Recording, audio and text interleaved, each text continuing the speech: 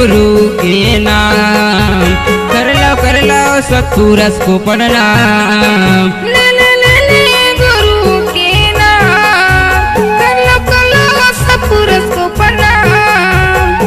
संगी रे जिंदगी माँ काम आही तो, ये भाई का जिंदगी सवर जाही तो।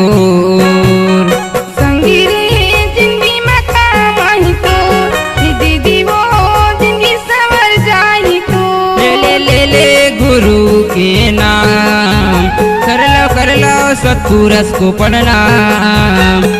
संगी रे जिंदगी माँ काम आही तो, ये दीदी वो जिंदगी सवर जाही तो।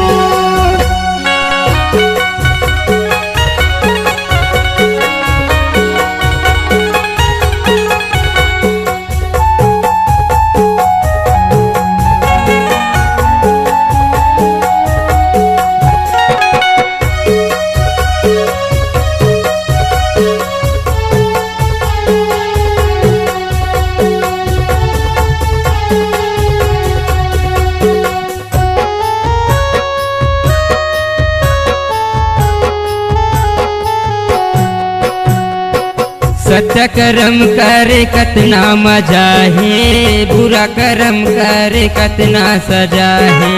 सत्य कर्म करे कितना मजा है, बुरा कर्म करे कितना सजा है।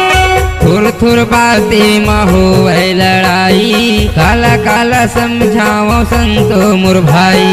थोर बातें में हो लड़ाई, काला काला समझाओ संतो मोर भाई। थोर बातें मचलत है गोली, थोर बातें मचलत है गोली। काला काला समझाओ संतो मोर भाई, संतो मोर भाई। संगी रे जिंदगी में काम आही तो, ये दीदी वो जिंदगी सवर जाही तो। संगी रे जिंदगी माँ काम आही तो, ये भाई का जिंदगी सवर जाही तो।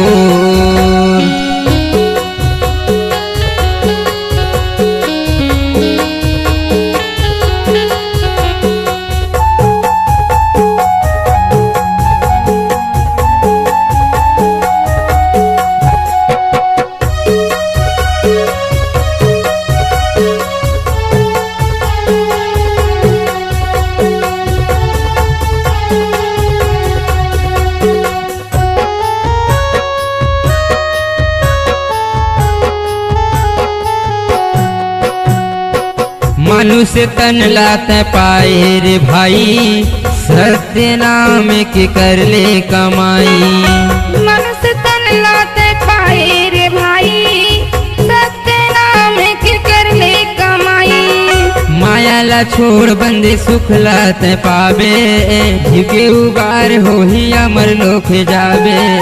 माया ला छोड़ बंदे सुख लाते पावे, झुके उबार हो ही अमर लोक जावे।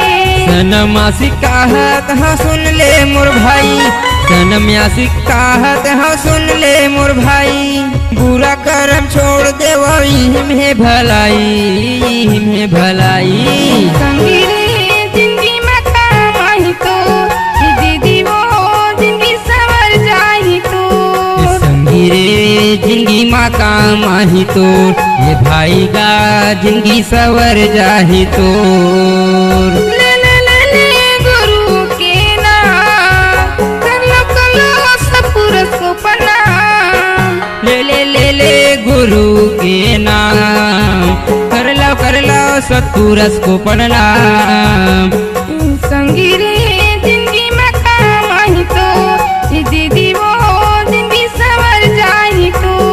संगी रे जिंदगी माँ काम आही तो, ये भाई का जिंदगी सवर जाही तो। संगी रे जिंदगी में काम आही तो, ये दीदी वो जिंदगी सवर जाही तो।